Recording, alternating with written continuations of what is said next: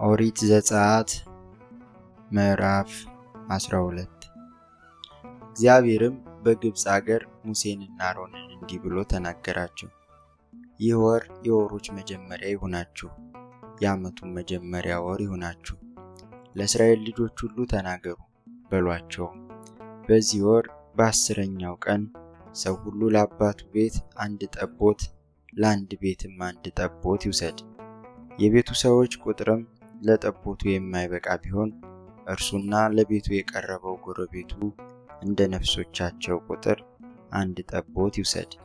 እያንዳንዱም እንደሚበላው መጠን ከጠቦቱ ይካፈሉ። የእናንተ ጠቦት ነውር የሌለበት የ1 ዓመት ተባት ይሁን፣ ከበጎች ወይም ከፍየሎች ውሰድ። በዚህም ወር እስከ 14ኛው ቀን ድረስ ጠብቁት። የእስራኤልን ማኅበር ጉባኤ ሁሉ ሲመሽ ይረዱት። ከደሙም ወስደው በሚበሉበት ቤት ሁለቱን መቃንና ጉበኑን ይቀቡት። በእሳት የተጠበሰውን ሥጋውንና ቂጣውን እንጀራ በዚያች ሌሊት ይብሉ፣ ከመራራ ቅጠል ጋር ይበሉታል። ጥሬውን በውሃም የበሰለውን አትብሉ፣ ነገር ግን ከራሱ ከጭኑ ከሆድ ዕቃው ጋር በእሳት የተጠበሰውን ብሉት።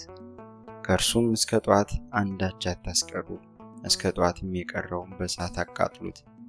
ወገቦቻችሁን ታጥቃችሁ ጫማችሁን በእግራችሁ በትራችሁንም በእጃችሁ አድርጋችሁ እንዲህ ብሉት፣ ፈጥናችሁም ትበሉታላችሁ።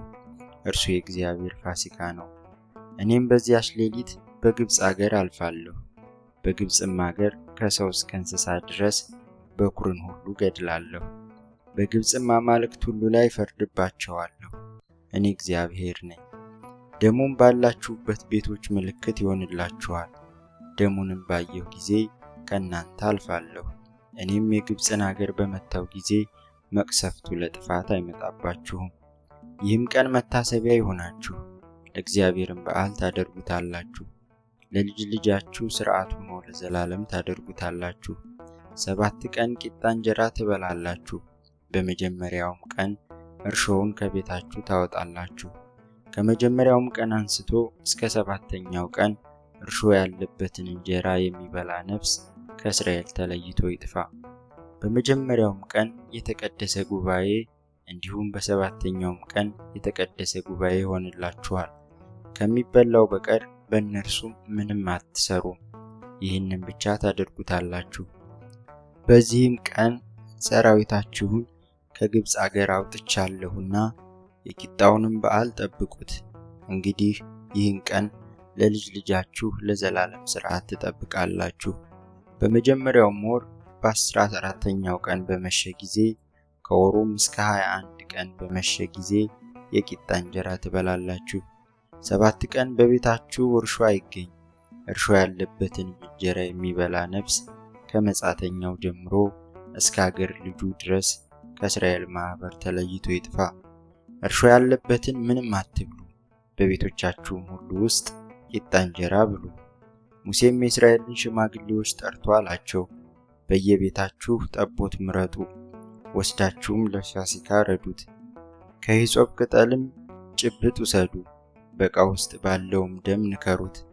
በዕቃውም ውስጥ ካለው ደም ሁለቱን መቃኖችና ጉበኑን እርጩ። ከእናንተም አንድ ሰው ከቤቱ ደጅ እስኪነጋ ድረስ አይውጣ። እግዚአብሔር ግብፃውያንን ይመታ ዘንድ ያልፋልና። ደሙንም በጉበኑና በሁለቱ መቃኖች ላይ ባየ ጊዜ እግዚአብሔር በደጁ ላይ ያልፋል። አጥፊውም ይመታችሁ ዘንድ ወደ ቤታችሁ እንዲገባ አይተውም። ለእናንተ ለልጆቻችሁም ለዘላለም ሥርዓት አድርጋችሁ ይህችን ነገር ጠብቁ።